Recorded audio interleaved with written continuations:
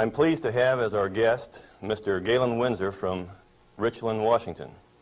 I first heard of Galen from a tape that somebody gave to me some months ago, and I found his story to be absolutely fascinating.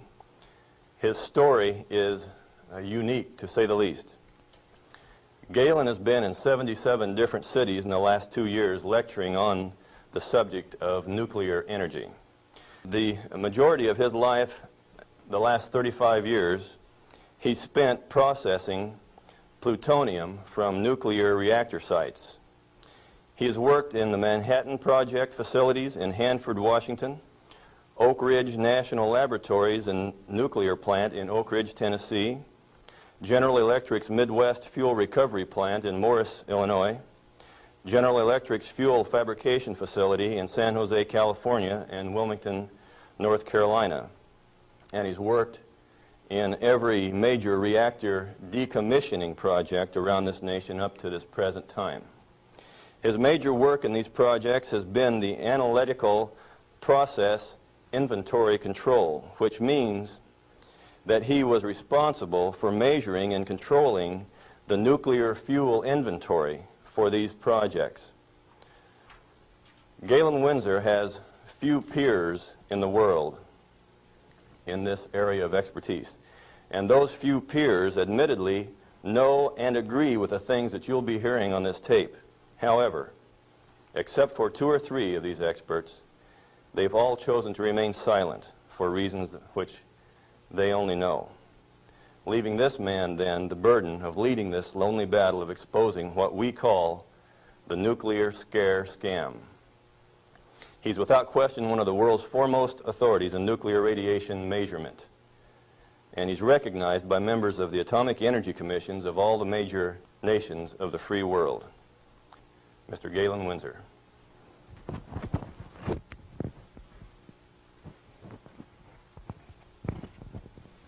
God bless you. Thank you, Ben.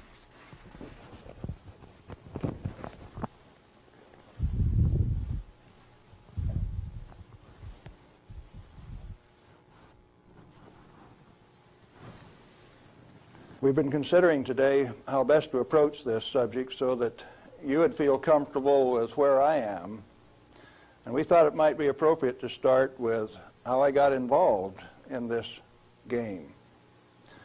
Now, in 1945, I was a Navy radioman out in the Pacific on a destroyer aimed for Japan.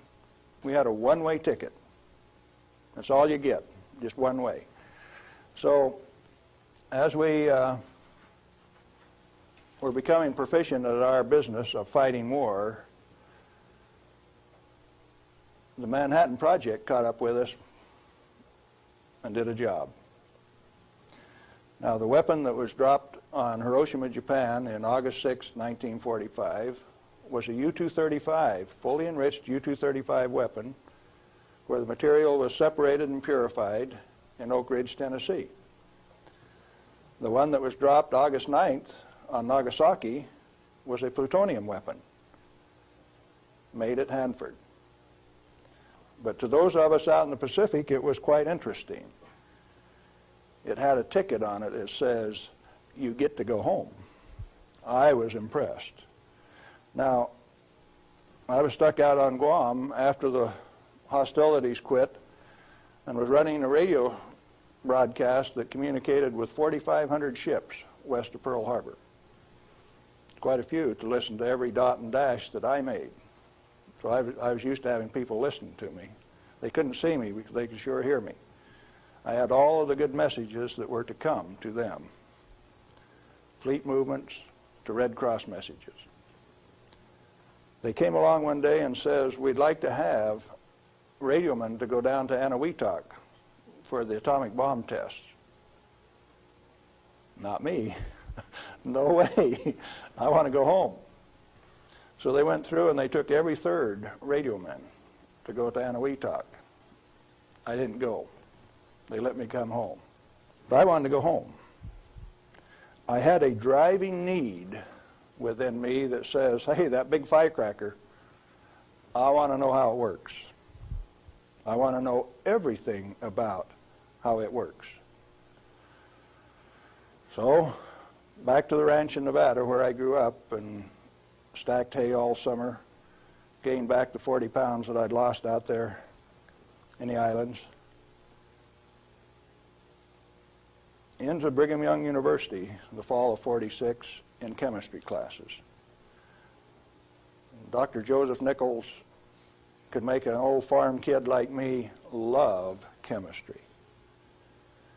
I hadn't had any chemistry in high school, but the way Joe Nichols taught it, I wanted to know. So chemistry it was. And some neat guys like Carl Eyring taught me physics. And along in '47, I ran across a cute blonde from Richland, Washington. Now this girl had been telephone operator for General Leslie Groves and Dr. Enrico Fermi on the Manhattan Project. She got to put through the calls to Franklin Delano Roosevelt for these guys, so she talked personally to FDR. And she told me some of the stories like you've never heard. She says, oh, in those canyons, great things are done. This cowboy from Nevada couldn't even imagine what she was talking about. Well, in 1947, after we were married, I ran until she caught me. But I wasn't going to get married anyway. I wanted to get my education. I had to get on with this thing. And so we went to Richland, Washington for the first time in September of 1947. I saw that those buildings she was talking about were there. 1,000 feet long, 11 stories high, 5 of them below ground. Tremendous things. And people all over. Camp Hanford in those days was a whole army camp just there to secure that place, to provide security. Thousands of soldiers. You move around out in the desert and up out of a foxhole and pop a soldier with a gun in his hand. There wasn't any horsing around. It was all business. Back to school. In 1950, I applied for a job up there before I had graduated, and they were in such bad need of chemists, I had a job before I had my degree. And so the last year of my chemistry, mostly English, I did on a bus, riding 25 miles to work in the morning and 25 miles back at night. And I did advanced grammar and business writing and all of those things on that bus. But in September 1950, I got into this thing called plutonium processing when we did it barehanded, without instruments, without coveralls. We had some of the most peculiar acid burns in some of the shirts. And I found one of those the other day. It's got acid burns all up the front of it. Plutonium on it, too. Amazing. That was normal operation in those days. We ran those facilities, and we ran them so well that by 1965, we had separated enough plutonium when it only existed in the parent uranium matrix to a half of a single weight percent, 0.005 weight fraction of plutonium maximum in that fuel. And we processed enough tons of uranium to recover enough plutonium by 1965 to meet the weapons needs of this country 10 times over for the foreseeable future. Now we're talking about a massive amount of work. Hands-on, do it type thing. And there was a couple thousand of us, and we were just happy as could be, just working like mad, making those plants run 24 hours a day, 7 days a week, in a community that ran on shift work, A, B, C, D shift. The whole community that way. A wartime community, people dedicated to doing a job, and we were doing it, and we did it well. No pretense. Oh, yes, there were. Out in the reactor began to sneak in people who wanted a radiation monitor behind every reactor operator. Why? We know how to make these things run. When we got a metal fuel element stuck and it fell down on the trampoline back of the reactor, we'd go in with our feet and kick it off into the pool, smoking, burning. If you didn't have an instrument, you didn't know it was too hot, so you just went in and kicked it. Finally, along came a rule maker that says, thou shalt not do that. You'll get burned. Oh, I didn't get burned when I did it last week. But you exceeded the limit. Well, where did this limit come from? Turns out that in 1934, the International Commission on Radiation Protection fabricated a limit for X-rays. It was no longer permissible to be burned by them, erythema, reddening of the skin. You now had to keep a limit called 0.2 of an hour per day. How much is that? Well, you've got to have one of these Beckman instruments to read it, and you have to keep time of exposure. You know, there are 4 requirements on this thing: the size of the source, therefore the strength of the source, the distance from the source, the time of exposure, and the intervening shielding to keep from getting burned. Oh, fine. We've been doing this thing for years now, and we've never been burned. Why have we got these rules? And they says, yours is not to ask questions, yours is to do and die. Don't you ask questions. If you do, you might disappear. Those who broke the rules didn't appear the next day. Military rule? Oh yes, absolute. What was your appeal? And people you were working with one day, when they weren't there the next day, you didn't go inquire why. You were just grateful you still had your work to do, and you kept right on doing it. Now this is in the United States of America. Well, in 1960, we found out that the materials that we were working with, the thing that we called high-level waste, that if you waited 3 years, these million-gallon tanks that high-level waste went into boiled off 15,000 gallons of water a day. Fairly hot? Oh, yes. This material, that if it ever broke a line, would seal itself off in the ground within a foot, make its own glass. It wasn't going to go anyplace. We did that a time or two, accidentally, of course. And so we started packaging this cesium-137 in casts and railroad cars like that and shipping it to Oak Ridge, Tennessee. And they'd take it out and make it into a barium titanate and press it into a pellet, and those things were so hot that they actually glowed in the dark from the infrared heat. Now, thermo-ionic conversions came along at this time, so you hooked these little heat sources up to thermionic converters and you took electricity out this side. No moving parts. These things went into the SNAP program. And these early SNAP power generators are what powered the underwater transmitters for our nuclear navy. We've got a regular road map under the sea. All you got to do is have an instrument that knows how to find it, and then you've got eyes on a submarine. You didn't know that, did you? The power from it came from this material that they now call waste. We processed that stuff and packaged it outside at Hanford. Well, we had rules that said 3R per year is your allowable exposure, that amount of gamma energy that will expose a film pack. But that was for the people that didn't know. We weren't about to follow those rules. We just went ahead and did the job. They send around an investigation slip that says your dosimeter was overexposed 2 weeks ago. What did you do? And they had a cute little form on it that says accidentally exposed to light, and that was the one I always used to check. Because it's the same amount of light. You know, if you get gamma through the film pack, It's the same amount of light as you get when you click the lens on a camera. They wanted to limit us to that. And one day we looked up, and they had. They had limited us to that amount of exposure.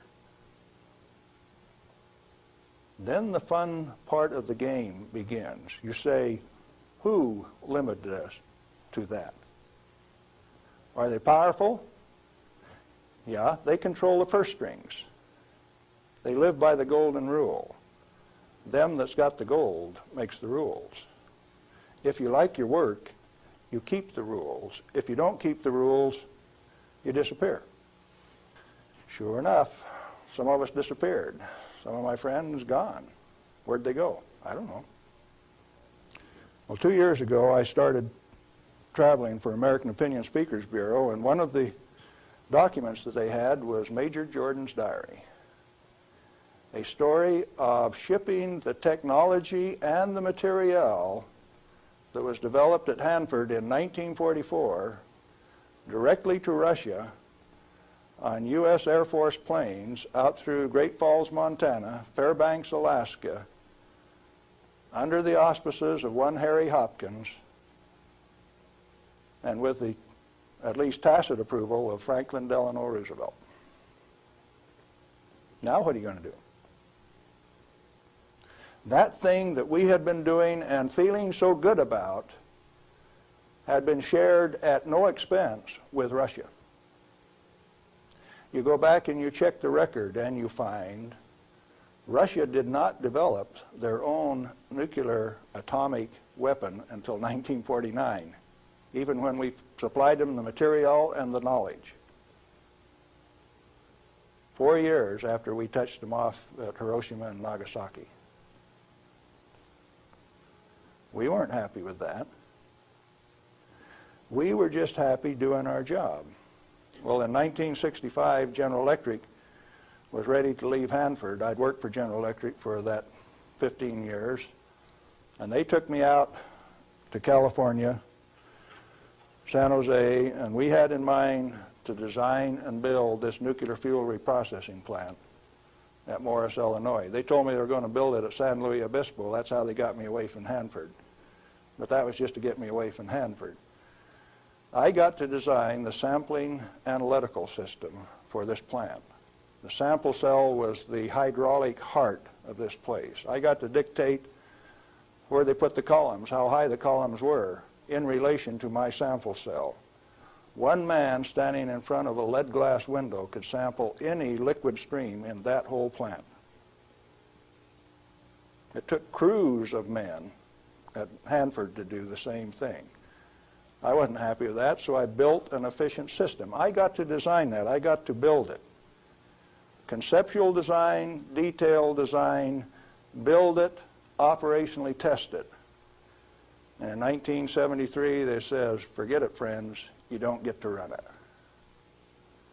We had 170 tons, metric tons of spent fuel stored in the basin. And the then President of the United States, do you remember who it was? Jerry Ford. Says, friends, no way, you don't get to run it. That's when I started to kick over the traces. Up to that point of time, I thoroughly enjoyed my work. I had no limitations, practical limitations. I had all the money to spend. I was in charge of the design effort. I built it the way that I wanted to because it was technically correct. All I had to do was check with engineers and make sure that it was right. And all of a sudden I was told, you must reduce your limits of exposure by a factor of 10. I says, I won't do it. First thing you know, you got the word that says, oh, yes, you will. I says, no way. Well, that's when the rebel, Galen Winsor, started to show up. And when I found out that by management conference I couldn't get to these guys, I figured out another way. Now, in this plant is a beautiful pool. It's got a place to store spent fuel bundles till it won't stop. 660,000 gallons of water, demineralized, just as clear and pretty as it can be. heated to 100 degrees Fahrenheit when the outside temperatures are -20, wind chill factors down to a -60, and I found out that I could swim in that rascal. You turn off the lights at night and it had a light blue Cherenkov effect. And this kid from Nevada that never could pass up a warm swimming hole used to go swimming in that pool. There wasn't anybody that had the nerve to swim with me, but since I was manager of safety and analytical service at this plant, it was mine to use. Oh boy. I found out that I could do that.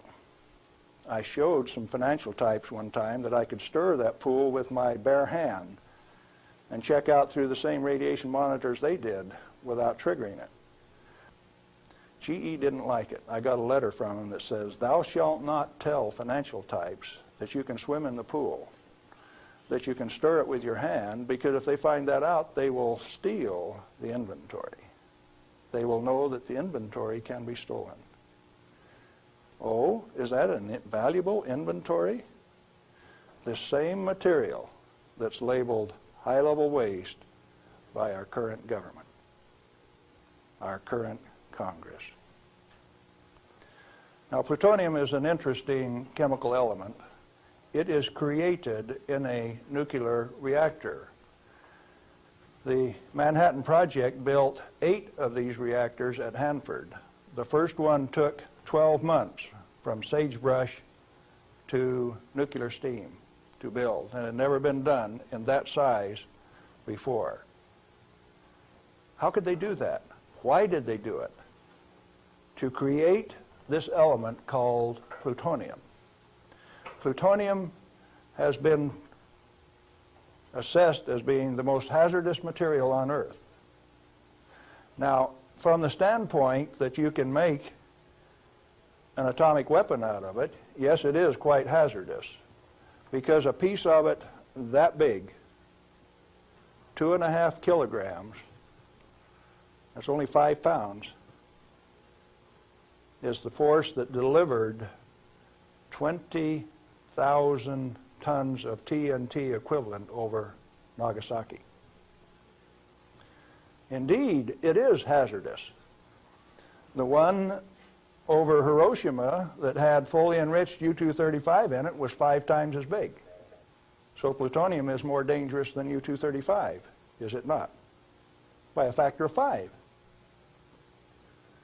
takes 5 times as much U-235 as it does plutonium. Therefore, it is the most hazardous thing. Enter the great pretenders. They said that 5 grams of plutonium, properly distributed over the face of the Earth, would kill everybody on Earth. Now, if you can only get one 20-kiloton weapon to go on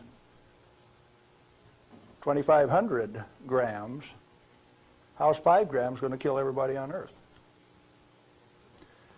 Early on, I had a fear that said, if there is this much fissile material, that can undergo a chain reaction, we called it in the beginning, then if you set a match to it, all the fissile material in the world is just going to keep right on going. Totally unfounded fear. It turns out that when you're in this business of recovering plutonium, like we recovered so much of it at Hanford, we found out that if you have it in a solution where it's less than 5% plutonium, it won't go critical any way that you kick it. And when you get it to 100% plutonium, you better be careful. Because if you put it in more than a 5-inch diameter cylinder,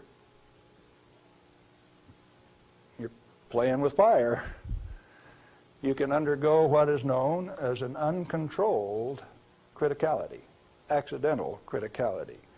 The air turns blue. If the cylinder is sealed, it will explode from steam pressure. And that steam pressure builds up in a millisecond, which is about that long. No, you don't horse with it. And then you find out that those 8-foot thick shielding walls on those canyons were put there because they didn't know how much was a critical mass. They says, if we make a mistake, we don't want to die, so we will provide the shielding. And so this shielding thing started for no other reason than they didn't know what was a critical mass. Well, through the years, we got pretty good at telling what a critical mass was. And I have worked in a plant where I had half a critical mass in this hand, barehanded, dressed in street clothes, half in this hand, wearing a lab coat, and I'd put this half in a pocket on this side and this half in a pocket on this side and walk down the hall. If those two ever got together, there would be a blue flash. They never got together because I was in between them. And we do that every day. And each half had to meet definite dimension characteristics. And so we'd take them down and pass them one half at a time, and they'd measure it and say, yeah, that one will pass. And then we'd pass them the other half, and that one will pass too. But they were carefully put in separate bird cages so they couldn't get together accidentally. Well, those of us who worked with it enjoyed it. We knew what we were doing. We worked at it. When the President of the United States decided not to operate that fuel reprocessing plant, I started scrambling to find out what was going on. Many things had been done in the name of health and safety. Don't get burned. You got to have a safety record. You have to be safer than anybody else. We were already safer than anybody in the whole world. Well, you can't afford to get burned with this. You've got to enforce the limits. You've got to keep it. And I says, hey, that's not what the ball game is at all. I'll bet you the ball game is something else. And in 1982, when the Congress passed the Nuclear Waste Policy Act of 1982, a guy by the name of Mo Udall, I don't know whether you people in Arizona have ever heard of him or not, authored that bill. It's called the High-Level Waste Disposal Act of 1982. The material he called waste is the reusable uranium fuel that I had been working on for 32 years. Needless to say, Mo Udall and I do not agree on whether that material is waste or not. The name of the game then is, who owns the plutonium and how much is it worth? The government says, bury it 3,000 feet deep in basalt, and we'll hold a contest among the states to see who gets to bury it. Oh? Why do you want to bury it? Did you ask the owners? Who is the owner of the plutonium? May I submit that it's most likely the nuclear power ratepayer. He is paid for the mining, the fabrication of the parent uranium, power generation, and is being charged in advance for its burial. If you're paying for it, to whom does it belong? How much is it worth? In inflated dollars, a ton of reusable uranium fuel contains useful metal isotopes worth upwards of $10 million a ton. Mo Udall says it's high-level waste. The value of reusable uranium fuel scheduled for permanent disposal probably exceeds the national debt. Naturally occurring plutonium quantities, and you know plutonium does occur naturally. Plutonium-244 is found at the residual activities of the several, 8 at least, Oklo phenomenon reactors across the world. First one found at Gabon, Africa. Naturally occurring plutonium quantities have been enhanced by transmutation of uranium. That's the reason we built reactors in the first place. Our ability to detect and measure emissions from these elements is useful in inventory control. When fissile elements, fissile isotopes, are present at less than 5 weight percent plutonium-239 equivalent, and the heavy metal oxide matrix is stored dry in air, it has no critical mass. Remember we talked about shielding was because they didn't know what a critical mass was? If it is light water reactor fuel at less than 5% equivalent fissile content, you can handle it, you can do anything you want with it, you can stack it up, you can have a room full, you can have a handful. As long as you keep it dry, it will not sustain a chain reaction. What then is all this falderall about a little bit, 5 grams, will kill everybody in the world? They don't know what they're talking about. And when they say that, they're thumbing their nose at measurement experts like Galen Winsor. I am insulted when they say those things and get away with it, because it has no bearing on the truth. It cannot be mishandled. It will not expose any person to an unshielded nuclear reaction. In other words, no controls are necessary except to prevent the pilferage of the inventory. Have you got that one? Let it register. Do you need governmental rules and regulations and instructions? No way. Then why do we have all of those rules? Inventory control practices capitalized on the fear of undereducated masses who work in the industry. I didn't say anything about ordinary people now. I'm talking about the people who have worked in the industry and those who cast stones from without. The Ralph Naders, the Jane Fondas.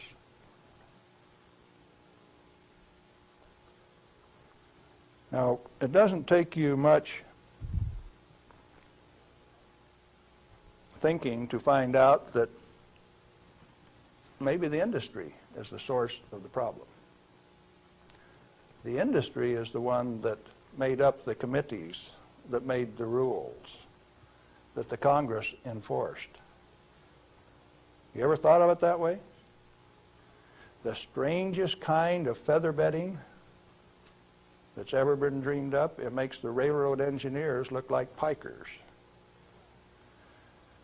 The only amounts of fissile process materials that are of health concern to the handlers are those that can accidentally cause an unshielded nuclear chain reaction, or that will cause erythema from the shortest wavelength, highest frequency, and therefore the most easily shielded ultraviolet light emissions of the electromagnetic spectrum. Big words. Let's see what they mean. The emissions from uranium, plutonium, cesium, all of those things are only important if you assemble an amount that if you get this amount and this amount together, it can go critical. You can get a blue flash and therefore get burned. And that's happened 34 times in the business, and 8 men have died as a result of that. Accidental criticality. Documented in Los Alamos document 3611, if you want to check the source. Or if you've got enough of it together that it's giving off ultraviolet light of this particular wavelength and frequency without any intervening shielding, enough to burn you, sunburn you, erythema, reddening of the skin. If it's less than that, if the effect is less than that, then what is the problem? Excessive government regulation. That's what's the problem. Tritium. Heavy water. Deuterium is hydrogen 2. Tritium is hydrogen 3. if you let an inventory get away from you, what's going to happen to it out in the biosphere? Nothing other than it will become diluted and join the naturally occurring inventory of tritium, because tritium is created in the upper atmosphere by sunlight. We have a natural inventory of tritium. Then the only thing that happens when you release tritium, which is the trigger mechanism for bombs, it's the source of the push that makes it go, is that you lost a valuable inventory. Then what of these people that are pretending that a little bit of tritium is going to do you in? It is not so. What are those 2 points?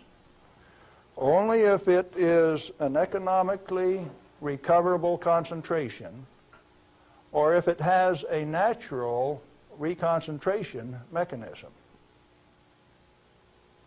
You know, there isn't any one of the radioisotopes out there that has a meaningful level of reconcentration in any of the species, not even the oysters in the bays in Maryland, below Calvert Cliffs. Why then are we still playing this game that any amount of this material is of hazard?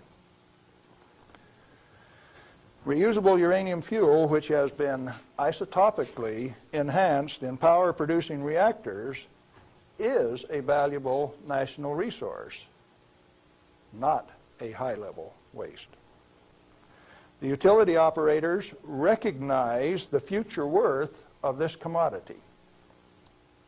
Mo Udall, in that Nuclear Waste Policy Act of 1982, imposed a tribute of $1 per kilowatt hour, $1 per megawatt hour on all electricity produced in a nuclear plant, so that they can research and develop methods to throw it away.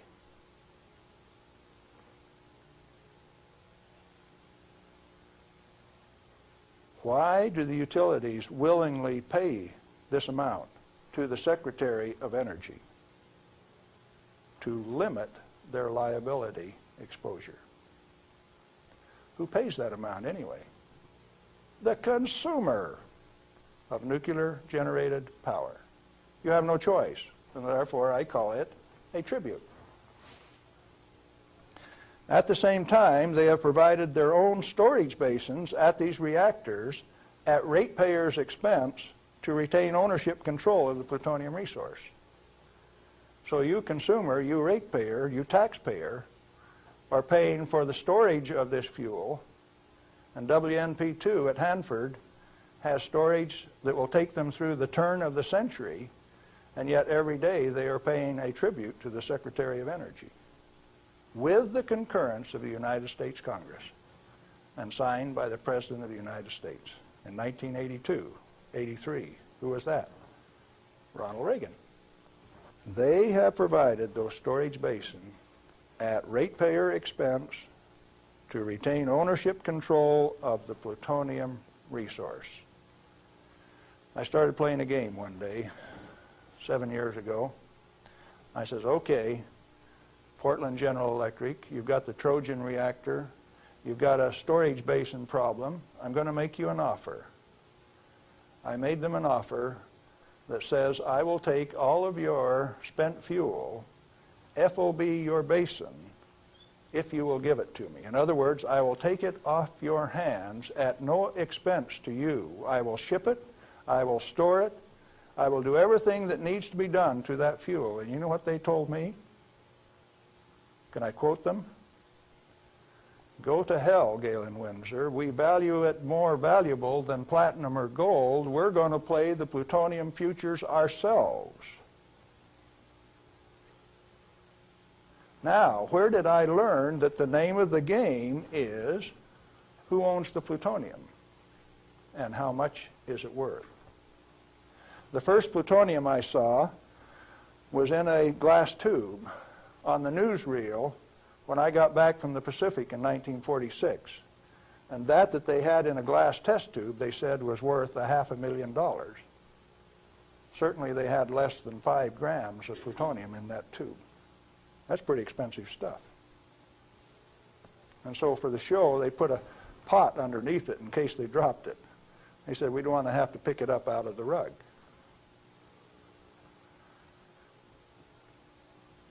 When it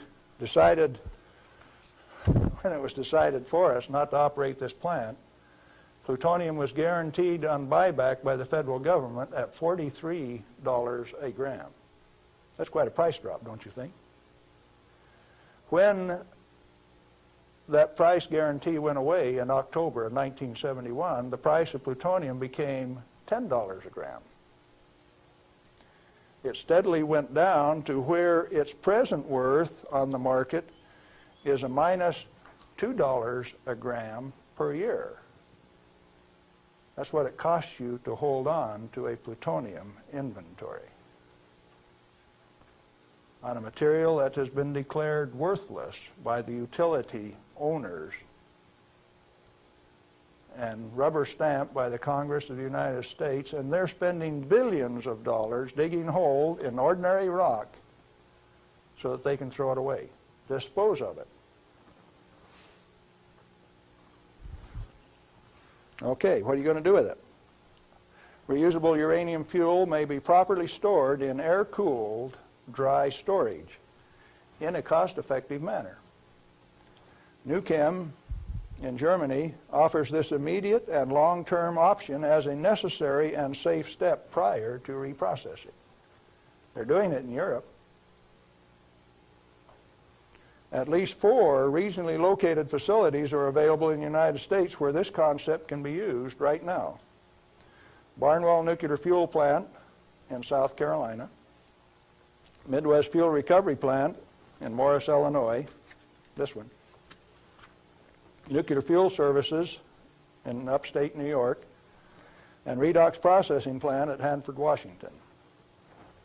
These fully shielded, already radioactively contaminated storage areas have secure, limited access. All have been operated under processing conditions of 10 CFR 50, and the MFRP has a 10 CFR 70 storage license, the only licensed storage facility away from a reactor in the United States. It singly, all by itself, is capable of storing all of the reusable uranium fuel that needs to be moved away from power reactors for the remainder of this century. We had that storage designed in 1975. Had the approval of the design.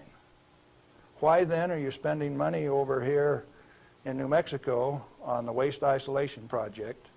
Why are you spending money at Hanford at the basalt waste isolation project? Why are you spending money at Beatty, Nevada for storage when I can already store it in this building that's already built? I just named you 3 others that can do the job all by themselves too, and I know where there's 14 more buildings that can do it. What are we going to do? Redox and other excess facilities at Hanford are capable of dry storing all commercial REF until plutonium recycle, at least through 5% enrichment, is reestablished, or until the 22nd century, whichever comes first. RUF can be cost-effectively stored in existing facilities. Where does Mo Udall came off then, saying that you cannot use this plant for its intended purpose unless it is owned by the United States government. He has said that. The waste isolation projects are politically mandated wasting of national energy and construction resources. Plutonium proliferation by diversion of stored reusable uranium fuel is of minor importance compared to global availability of fully enriched uranium by laser isotopic separation. Let me explain that last thing that I said. Jimmy Carter said you can't ship plutonium to India, but in the same paragraph said you may ship them fully enriched uranium. Oh, Jimmy Carter, that peanut brain? What did he just say? He says that when the Israelis took out the reactor in Iraq, they had fully enriched uranium from France. And they says those rascals, those Iraqis, are going to take that fully enriched uranium, put it in that reactor, irradiate it to plutonium, and therefore have to recover the plutonium in a plant like this, and we stopped them when the fully enriched uranium makes a better weapon than the plutonium in the first place. Now, when the President of the United States says things like that, and when the press gives it credibility, I get insulted. And right after I get insulted, I get angry. And I've been angry for quite a while now. And finally, one day, I said, my own personal security is not important. I think I'll go tell this tale. All I want is to tell my story. The commodity that I communicate is called truth. And so then I ask you a question, a very brief, pointed question. Who owns the plutonium, and how much is it worth? And then I'm going to attach on to that a question I want you to think about till we talk again. If you haven't been burned by this particular source of radiation, what is your problem? You obviously have one. Otherwise, you would join with me in telling the truth about this particular commodity. And so yes, I'm recruiting helpers. What happened to the guys who taught me the business? Thousands of them. The hands-on business. Where are they? They're still there. Why don't they talk? Who are the they that say this is the way the business is going to be run, whether it makes sense or not?